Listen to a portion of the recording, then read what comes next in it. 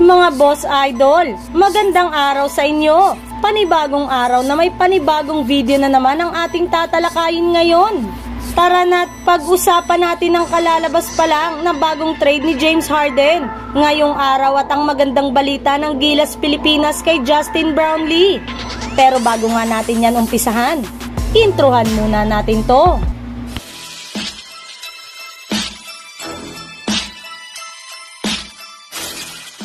Halina't pag-usapan natin ang kalalabas pa lang na bagong trade ni James Harden ngayong araw. Kahit man nga matagal na nag-request ng trade si James Harden sa Philadelphia 76ers, ay bigo pa rin nga ito mangyari. Kaya dahil nga dyan ay napilitan na nga siyang umattend sa ginanap na training camp ng kanilang kupunan ng nagdaang linggo. Ngunit sa kabila nga ng mga yan ay nananatili pa rin naman ngang desidido si James Harden na umalis sa Philadelphia 76ers at lumipat ng ibang kupunan sa lalong madaling panahon. Sa katunayan, hindi pa rin naman nga ito naglalaro sa dalawang preseason games ng 76ers kontra sa Boston Celtics. Maliban rin nga dyan ay inamin rin nga ni James Harden sa harap mismo ng media ngayong araw na hindi na nga daw po maayos pa ang nasirang relasyon niya sa kanilang presidente na si Daryl Morey. Yes, wala na nga daw po siya ditong tiwala matapos ang mga ginawa nito at sa kanya ng mga nagdaang taon sa 76ers. Kung inyong ang matatandaan, tinawag nga ni James Harden si Daryl Morey na sinungaling nang bumisita siya sa China ng nagdaang summer.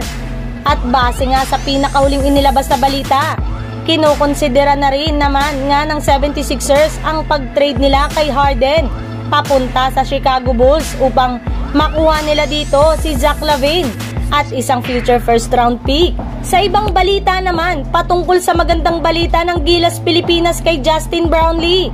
Ayon nga sa pinakahuling inilabas na balita ngayong araw, kasalukuyan na nga daw pong tinutulungan ng SBP at POC si Justin Brownlee para mapawalang sala siya sa kanilang sitwasyon ngayon. Sa katunayan, kinokolekta na nga po nila ang ilang mga dokumento o medical certification na gagamitin nila sa kanilang appeal.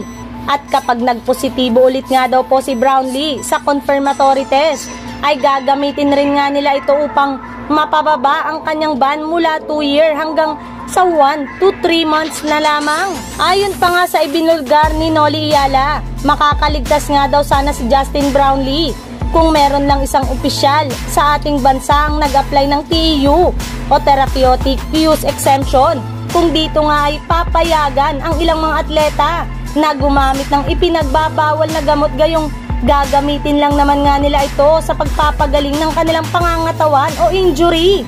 At sa pagdating nga po kay Justin Brownlee, alam naman nga po nyo na bago pa man magsimula ang Asian Games ay meron ng talaga itong tinatamong injury. At ang pagpositibo nga niya sa ipinagbabawal na gamot ay mula sa kanyang mga iniinom ngayon para mapagaling ang kanyang injury.